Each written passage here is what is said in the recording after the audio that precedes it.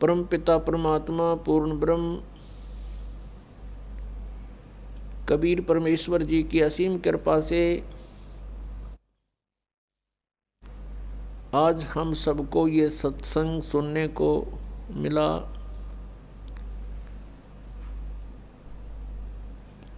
बहुत ही पुण्यकर्मी प्राणी को मनुष्य शरीर प्राप्त होता है। उससे भी पुण्यकर्मी प्राणी वो है जो सत्संग प्राप्त कर लेता है। पुण्यात्माओं, आप सभी उन विशेष पुण्यात्माओं में से हो।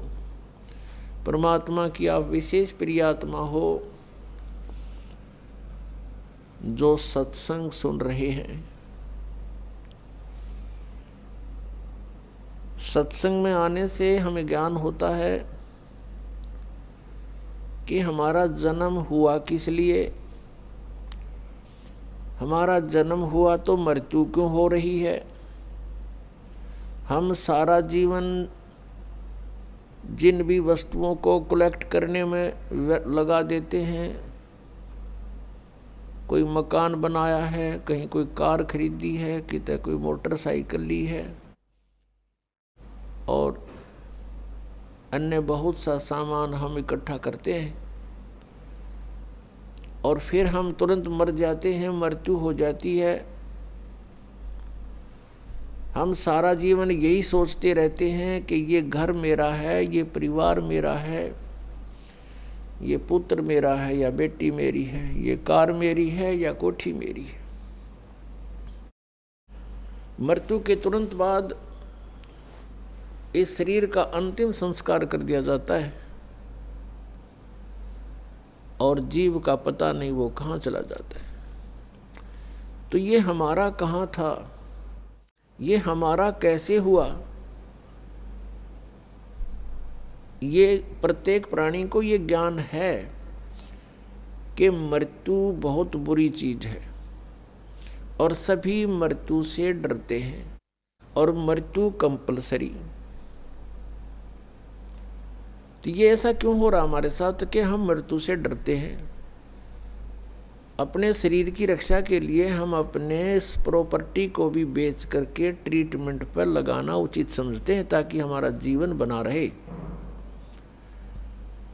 और सब कुछ करने के उपरांत भी एक दिन मृत्यु होनी ही होनी है और ये मृत्यु हमें बिल्कुल खटकती है, कतई नहीं अच्छी लगती। इसका कारण क्या है? कभी माइंड पर थोड़ा बहुत हम विचार करने की सोचते, वजन डालते हैं तो कोई विकल्प नजर नहीं आता था, क्योंकि हम देखा करते थे कि जिनको हम भगवान मानते हैं वो भी मरे। श्री राम, श्री कृष्ण, और उनकी मृत्यु देखी जाए तो बहुत आम व्यक्ति से भी गलत ढंग से हुई। भगवान श्री रामचंद्र जी ने सरयू नदी में जल समाधि ली जीवित। भगवान श्री कृष्ण जी के पैर में विषाक्त तीर मार के उनका वध हुआ। तो अब हम सोचने पर विवश हो चुके कि ये ऐसा क्यों हो रहा है। पहले तो हम इतना वजन नहीं देते थे क्योंकि हम सोच लेते थे मृत्यु होगी, लेकिन अभी नहीं।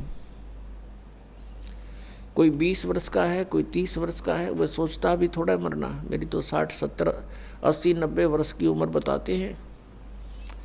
और जो 80, 90 तक पहुंच चुके हैं उनसे पूछ कर देख लो, वो भी नहीं चाहते मृत्यु हो। कहते हैं अभी तो और 10-20 वर्ष है, 100 वर्ष तो जीते ही हैं। और कभी भी मृत्यु हो जाती है तो हमारा जो एस्टीमेट था वो गलत हो गया। तो हमारा एस्टीमेट एक जीव का एस्टीमेट है, अप्रोक्सीमेशन है। तो इसके लिए हमने परमेश्वर के द्वारा दिए गए उस ज्ञान पर चलना पड़ेगा, तभी हम सफल होंगे। अब हम मृत्यु को बिल्कुल पसंद नहीं करते, मृत्यु हो रही है। इसका कारण क्या है? क्योंकि हम ऐसे स्थान से आए हुए हैं जहां मृत्यु नहीं होती थी। और वृद्ध अवस्था भी वहाँ नहीं थी। प्राणी मनुष्य जीवन प्राप्त करके बुढ़ापा पसंद नहीं करता और कंपलसरी मृत्यु पसंद नहीं करता, कंपलसरी होएगी। तो ये वहाँ नहीं थी जहाँ से हम आ गए अपनी गलती करके।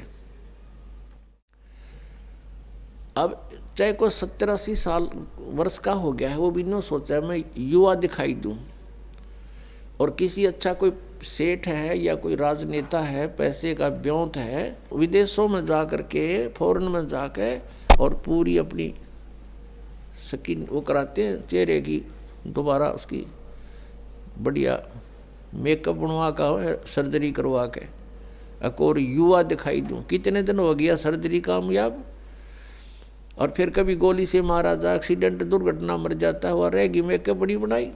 तो जो हमने इस मिट्टी से लाभ लेना था उसका हमने पता नहीं चला, इसको कैसे सदुपयोग करें। हम ऐसे लोक में रहते थे जहां वृद्ध अवस्था नहीं आती थी, सदा युवा रहते थे और मृत्यु नहीं होती थी।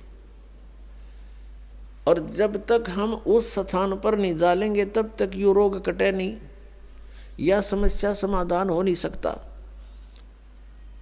उसके लिए जानकारियां सत्संग में बताई जाती है।